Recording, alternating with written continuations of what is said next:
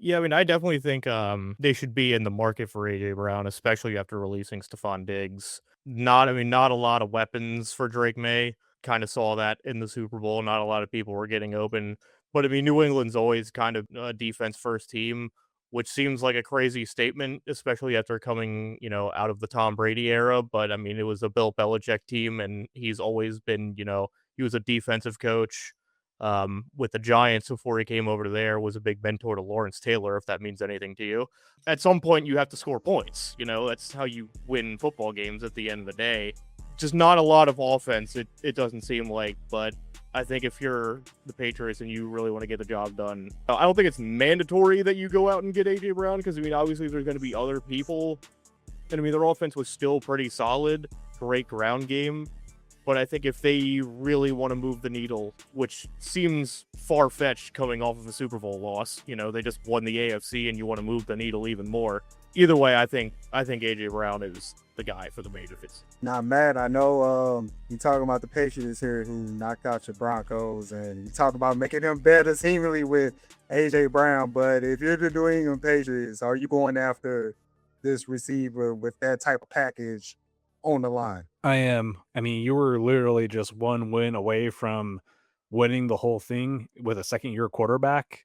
And really, what it came down to, like Mason kind of touched on, was well, number one, the Seattle defense was just terrorizing their offensive line all game long, but no one was getting open. It's like Diggs wasn't getting open, Bude wasn't getting open. They just released Diggs all aware of his off the field distractions. So it's like we know AJ Brown can kind of be a headache, but it's a much more manageable headache compared to Stephon Diggs. So, not to mention he knows what it takes to go all the way and actually win a Super Bowl ring. So I think just for that type of veteran leadership alone, too, I think that would be kind of an upgrade for the New England Patriots offense.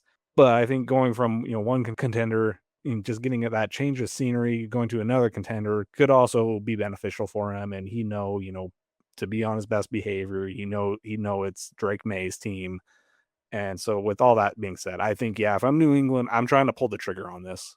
Yeah, I think this is clearly a move that the Patriots should make. They need a number one wide receiver. They got to the Super Bowl, but in the AFC Championship game, they only scored 10 points. That's not good. You don't need to put the ball in the end zone, put the ball in the air, and have a good passing game. And even though Drake May, he was second in MVP, I don't think he had a 300-yard passing game in the regular season.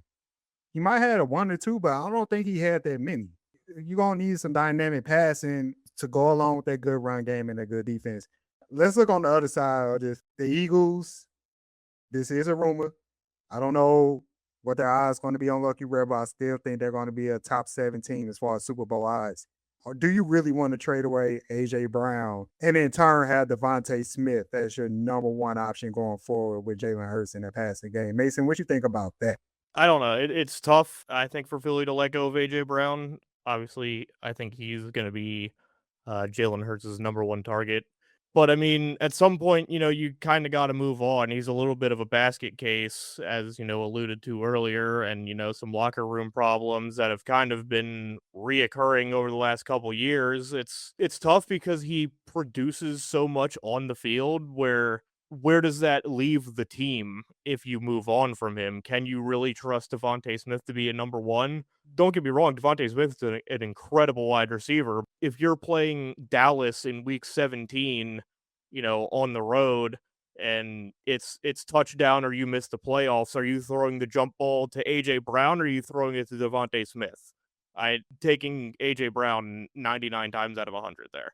I just looked it up. His game logs from last season. Drake made one game over 300 yards passing.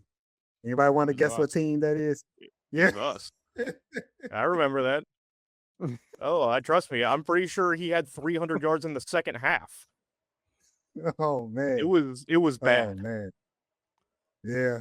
Yeah. 380 yards to be exact. We'll get to that one in a couple minutes. All right. But Matt, let's say if AJ Brown does go to the New England Patriots, do you think he'll be able to return to being considered a top five wide receiver like he was going into Philly and being with Philly up until a certain point?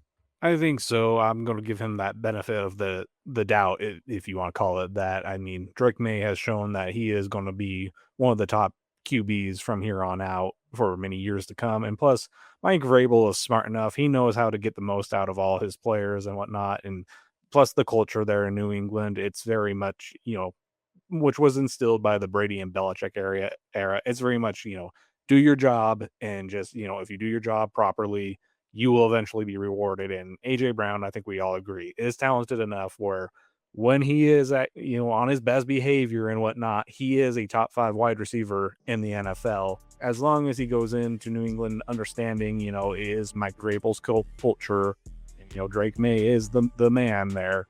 Yes, I think he can return to that form.